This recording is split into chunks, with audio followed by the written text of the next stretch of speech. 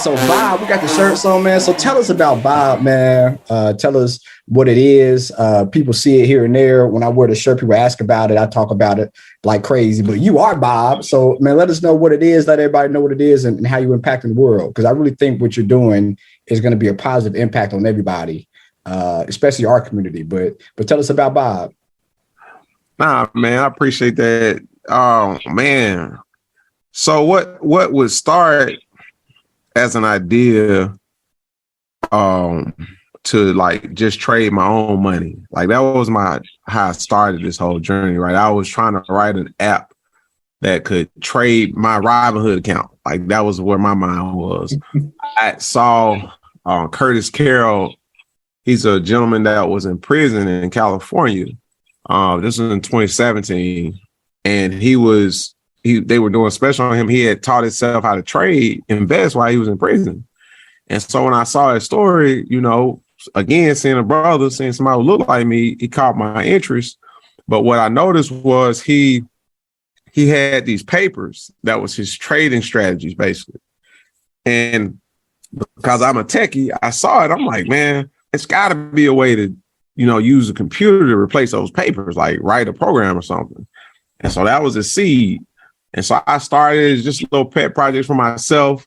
And then I would be telling people what I was doing. And they were like, well, I want to do it. And those I want to do is became attractive over time. The closer I got to getting it done. And then as I tried to learn how to trade myself, I saw how terribly hard it was, man. Like it was something that was just almost impossible. You know, and again, I'm a guy, I graduated, you know, with honors from high school and college. I'm a software engineer. He's one of the hardest professions in the world. And if trading is difficult for somebody like me who's been trained in that lane, you know, just imagine somebody who's not, you know, trained in their area of coding or trained in these advanced career paths. Just imagine what struggles they would have. And so that would get my mind to kind of thinking about, well, what if my coach wanted to do this? And so then I started researching and learning that people like me, they're not in the stock market. They're not investing. You know, Mario is one of the only Black financial advisors that I've met in my journey. You know, and so what Bob started as was like, I'm trying to create this app to trade, but what it will become is a movement, man, to impact the culture. It's not just about the app. It's about backing up and looking at a bigger picture. We stand on 4 pillars, man, and that's finance, education, community, and ownership. These pillars is what we're going to use to bridge this racial wealth gap. And technology is the way to do it. Mm-hmm. So every product that comes out of our company will be aligned with those pillars, and technology will be the tool that we use to deliver those products. And so a couple products we have on market. Well, we have one in the market already and one coming to market. But our ETF, which is an exchange traded fund, that's already trading on a stock exchange. And just a quick fact there, of the 2,000 plus ETFs on the stock exchange today, only 3 of them are Black owned. And we're one of them, all right? And so that's the type of stuff we're doing. We're trying to push our Blackness into the finance space, because if you want to learn about something, it's easier when somebody who look like you is talking about it, because they're biased. They can put it in a message that you can understand because they understand where you're coming from. And so our products are built from that bias standpoint of somebody who grew up Black in America. In the rural, I got dudes homeboys from the city. I've been around and seen a few things. And so the products that we push out, we try to make sure they stay aligned with the experience of our culture in this country. And so the ETF is priced so that anybody can purchase it. It trades on all major stock exchanges. And then the product, so you got some of that. Appreciate you. Oh, let me do my drop. LETB. That's a ticker. LETB. Check us out. You can Google it. Out of 2,000, only 3 Black owned. And lucky me, you know what I'm saying? I'm an early investor, so I was able to be on a Zoom call. We launched. I know you kind of poured in and thanked everybody, but like, how did you feel? Because like we did it on Black History Month of all months too, man. So like, just tell the people, how did it feel for you to go through all those experiences as an HBCU to have one of the first Black owned ETFs ever on the stock market? Like, that is huge, man. Like, so how was that feeling? How did you feel at that moment? I had chills. Right, yeah. He was on it too. Yeah. It was crazy, man. I cried. Oh, I did. I cried, man. It was, man, y'all, people don't, words can't express the amount of work that goes into this, man. And when you're an entrepreneur and you're a person you're a creator, naturally a creator, to have something that came from your mind to be expressed on the stock exchange, like this is one of the most major things in the world, right? And to have something that's yours that came from your mind to live there, like words can't really explain it. So it was kind of like an unbelievable thing. Like it was happening, but it was like, man, is this real? Because I had the vision of achieving something special, and the ETF came out of just learning on this journey. And to be able to do that, you know, it was rewarding, but at the same time, it was just like, man, is this really happening? You know, I did a little video before we went live, and I was telling my wife, man, like I just really couldn't believe it was happening. You know, so that was more so the feeling, and it's encouraging because now when I talk to other young Black guys, specifically Black men, I tell them what's possible with your mind.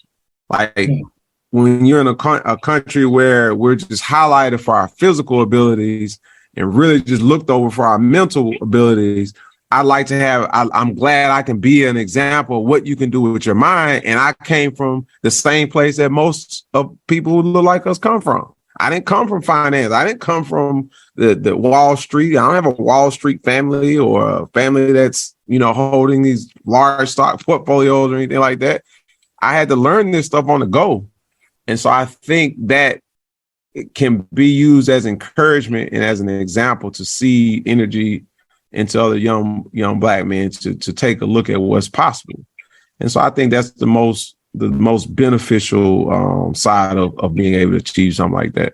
The Netflix show Yeezus, man, and like it kind of documented like Kanye, like what Kanye was like, young Kanye. Like I tell you all the time, man, like you need a videographer, man, because like the stuff that you're doing, like those moments, man, like 5, 10, 15 years from now, when you're like the Black Steve Jobs, bro, like it would just be great to capture that and put it into a series to give so many of us, you know what I'm saying, African Americans motivation, man. So get you a videographer, man. Yeah, man. I struggle with it, man, because I'm so private, you know. I'm private, but I'm not. You know, I light up when I have opportunities to empower. You know, God created me to empower. That's what I'm here for. That's my purpose, and I know that. And so when those opportunities come, I don't mind shedding light. But my like having like social media and all that stuff, like that stuff different for me. That stuff hard for me, man. So I know I have to lean in it because it's for the overall good, you know. This LETBOB journey is for the people, it's for the culture. So I know I have to learn to lean in it, but I have to learn how to balance leaning in it. And that's just something that I'm working on. So I'll do better because we're a visual culture. See, the thing about us, we need to see. You know, you could talk all you want, but if you ain't showing nothing, like we like, man, get out of here with that. You know, like, get out of here with all that, man. What's up? Like, show me something. And so I know I have to show. And I'm working on it. I say that.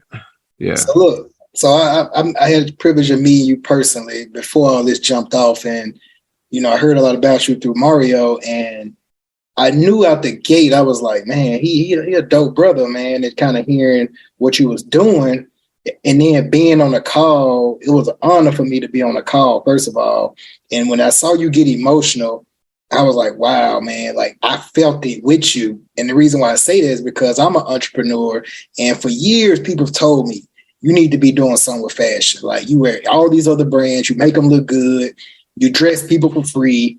Like, that's what you do, brand that. And so during the pandemic, I transitioned to that and created it, but it was still here. And I'm like, I support all these Black brands and Black designers. And I'm like, I should have my own. And so people challenge me like, what you doing? Create an LLC. So I create an LLC. And then I'm thinking about all these things I want to make. And then I'm holding them to myself. And so I told Mario about it. He was like, wow, man, you really got this stuff going. And I'm like, when I saw my first piece and even selling my first item, it was so emotional. I was like, I never forget this. I'm like, it's happening. And I'm getting great feedback. So to see you when you got emotional about it, I was like, man, I know what he's going through it on a whole nother level. Like, you doing something way transcendent than what I'm doing. But, I saw how you felt about that. But I say all that to say, was that moment the biggest, like, I did it moment, or you haven't got to that moment yet because Bob is still growing into what it is? Was that like the biggest hurdle? Is like, wow, what I've done and created has happened, and it's kind of a huge weight, and now it's just kind of like, now let me do all these other things I want to do? Nah, it's more like, I mean, that's one apple on my tree. I'm a firm believer that we're all fruit. We all bear fruit, right? So that's just one apple of the many apples that I plan to produce while I'm here. And I was grateful to see that apple come, right? If you look at an apple tree, all the apples don't grow at the same time, right? They grow over time. And so for me, it was more of that. It's like, man, I got one of my first nice apples and it's ready to eat. So now let's let them eat it. And so now we're working on that next one. And I just believe God has so much more to deliver through me. And so that's how I look at it. And I want to say something, man.